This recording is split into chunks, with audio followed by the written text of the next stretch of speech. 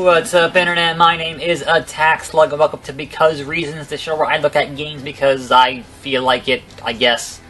And we're looking at Super Meat Boy on the PS4, part of the October PS Plus lineup for the PS4 and the Vita, and a game that I really enjoyed back on Xbox 360. So unlike most Because Reasons, I have not started this up yet. I have not booted it up. I've heard that they changed all the music, which, you know, is not great. I have not played this game with a D-pad. And I say that because on the Xbox 360, the D-pads were garbage. They were the hottest of garbage. So the game, thankfully, worked great on the analog stick, or even better on an arcade stick. I have an arcade stick. But we're going to see how this works on the D-pad here, on the PS4, with this music I'm already not really feeling. And this game certainly had some iconic music to it, and apparently the composer and the guys in Team Meat no longer have a working relationship, so that's just not gonna happen. So, it's unfortunate that they could not come to terms on a thing that, you know, already exists, and is on the 360 and on the PS, or the PC, I'm sorry. So, for those who don't know, Super Meat Boy is a maso-core platformer. That is to say, it is extraordinarily difficult. The stages are all pretty short, and you're going to die a whole lot. And that's kind of what there is to it. It gets easy, and then gets way harder. And the thing is, when you die, it will show you your success and your deaths. So you get to see all things happen at the same time, which is pretty neat. I'm hitting X there, it's not working. There we go. Alright, so you basically got your run button and your jump button. There are occasionally band-aids to collect, so we're going to do that right here. There are characters to unlock, and there is me screwing up the jump timing because I have not played this game in quite a long time. And you get graded on, you know, how fast you're able to beat the stages. So it's kind of teaching you the basics of wall jumping. That is a warp zone. We're going to do that. And warp zone is how you unlock some of the characters. I'm pretty sure the warp zones is how you unlock certain characters, I think. But warp zones, you only get X amount of lives to do it with. So that is what is significant about the warp zones. And nope. So those require you to actually go back into the stage to unlock it again or something like that. I forget. But they contain a couple stages each in them, and if I recall, not going well. If I recall correctly, you gotta do this and then do that. So playing with a D-pad is kind of weird, you know, considering that most of my time was spent. This is a game I did finish on 360, and most of my time was spent playing with the analog stick.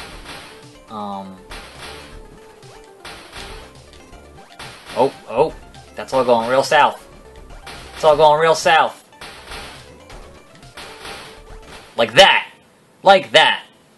And that's how you do it. Warp zone unlocked. Alright, continuing on, we'll just kind of go through World 1 here, you know, get a feel for, you know, what this game is, and what it's about. Obviously, it gets way harder. And that is where the appeal is, as being, you know, a maso-core platformer.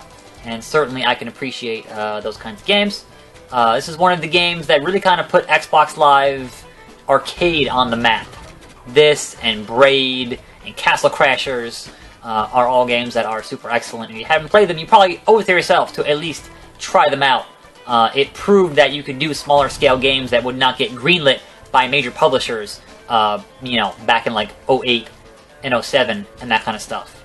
So glad that, you know, it kind of sparked a renaissance in this kind of game, or games in a style that you would not see getting greenlit because people are just doing them in their basements and shit, you know. But yeah, I can't say that I'm feeling this music, and that's a lot of that's because I played so much of it on 360 and it's kind of ingrained in the experience. And it got kind of the same thing with, The Binding of Isaac, where I played a bunch of that on PC, and just the music is such an integral part of that experience to me anyway. It kind of feels wrong with different music. Not that the stuff in Rebirth was that bad, but it's just not the same. Going for it. Warp Zone. One of these, this is the one with, I think, Commander Video, I believe, from Bit Trip Runner fame, and the Bit Trip series. Yep. On Commander Video, I can do a double jump, kind of a float. I can do a Princess Peach float deal. You're gonna jump and you hit the button again, and you can kind of just floating it up. Good times. Now, if I actually finish these stages, which, you know, I might, that means that I unlock him as a playable character, and obviously that impacts how the stages work in the first place. So yeah, there we go, trophy. I have heard that this game has the most impossible set of, like, if you wanted to get the platinum trophy in this game, it is damn near impossible, and apparently 2 folks so far have done it. And my hat's off to them, because I would never ever get through a whole world without dying. It's just never gonna happen. I'm not that good. Like, some stages you're just sitting there hitting your head against for, you know, who knows how long to fucking get that shit done. Yeah, this music's not great. Not good. I've heard it's got some glitches where it'll play like 2 things at the same time or something like that. I don't know. But yeah, so a lot of it is really just managing your momentum, which is always important in the kind of thing. And the thing is, it feels good, and that's the one thing you want out of a platformer is the weight of your character and that kind of stuff has to feel good. If it doesn't feel good, then, you know, what the hell's the point? Plenty of games that had, say, good design that were ruined by having just, you know, bad character feel. I suppose is the easiest way to put it. But that being said, this is just World 1, and World 1 not the hardest thing in the world. Like, obviously it's not easy. If I had made Grim play it, that he'd be getting mad real fast. But as someone who's already played it, it's not that bad. It gets way harder. I don't know why I keep sliding off that damn... There we go. Not going for that Band-Aid, fuck it. Oh, god damn it. Nope. Alright, so... my usual thing, and I've been playing a lot of Super Mario Maker, is to just hold the run button. You can't always hold the run button. It's not always a good idea. As much as you want to. I'm doing it right now. Because always be running. Never not be running. Always run.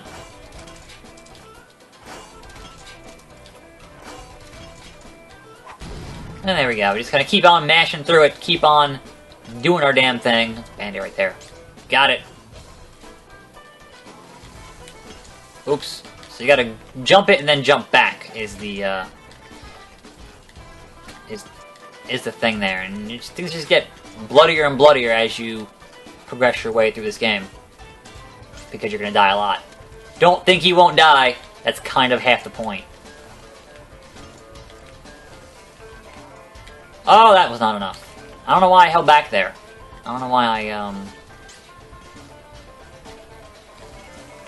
that was too much. That was too much. Ah, there we go. And then this bullshit. So most of these stages I played so many times are kind of ingrained in my memory in terms of how to beat them. Just because I played them a lot. And had a good time doing it. But, that being said, not a game that I'm looking back to playing again, you know? I don't play a lot of games more than once because there are just so many games out there that I just don't have the patience for it. If you A+ all the stages in a world, you unlock the Dark World, and you get alternate versions of those stages that are even harder, and even more difficult, and even crazier. But here's the first boss, which is just run from this giant saw and don't die. There are a lot of saws. And it's not... As I say, it's not that bad, then I just die. Just sometimes talking when you're playing a game that is difficult is not the easiest thing in the world, certainly an acquired skill that I don't necessarily have. Because there aren't a lot of skills that I have in my life, if you haven't noticed. Some of that. Oops. Just, nope, he's coming, he's coming. There we go. Nope, nope. I made it and then I didn't make it. That was amazing. I was right there and I kind of just panicked because it's been a while. Not making excuses, I swear. Oops. Just kind of want to get through the first fucking world here. Would be nice. The bosses in this game I'm not really fond of. Like, the actual stages, I think are all pretty well done. I just never particularly care for the boss stuff. I find it to be a bit tedious because they're obviously a bit longer than your usual stage stuff. Uh-oh. Uh-oh, here we go again. There we go. Now I win. Haha, I am the winner. I beat your ass. Dr. Fetus. Alright. Bye-bye. And then it just kind of moves on from there. And there are plenty of classic video game references here in this game that are pretty good. We're gonna just hit X here. So you see there, Light World, Dark World, and Warp Zones and Bandages, etc., etc. So that should allow us to go to the next world, which is the hospital. So I'll play, you know, a few more stages. This is a Castlevania reference, if you don't get it.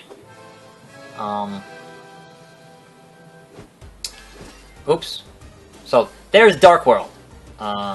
Actually, what happens if I go back to? I think it's A+ and everything to actually get it unlocked.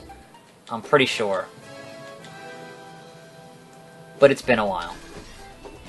Oh no, it's here. Oh, it's an A+ on the individual stage to get unlocked. I'm sorry, I thought it was the whole world. So this is what it looks like in the Dark World. Just more sauce. So now if I go... Nope, hold on. Now if I...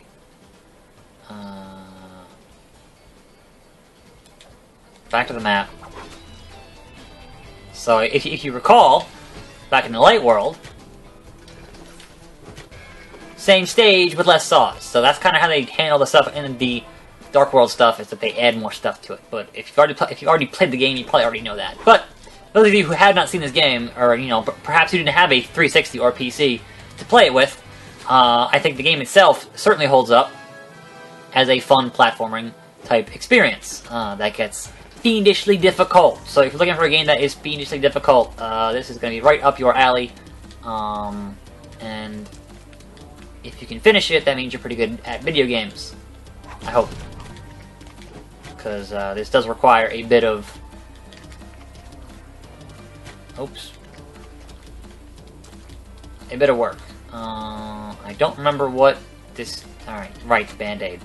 Right, the Band-Aid. What if you just fall? Just falling. Just doing falling things. Nope. And again, this music, not great. Not to harp on it too much, but man. Alright, so... the fastest distance between 2 points is a straight line. And we can't do that, so... just dying a lot. Just dying a lot.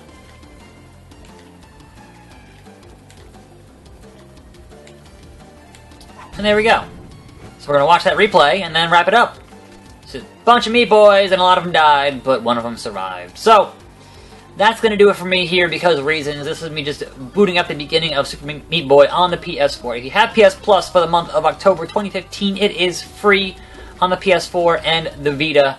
I'm not going to play any more of this because I've played this whole game. And I liked it, but not to play it again. So, that being said, I'm a Tax Slug. This is because reasons. And I will see you next time right here on this channel. And I'm out.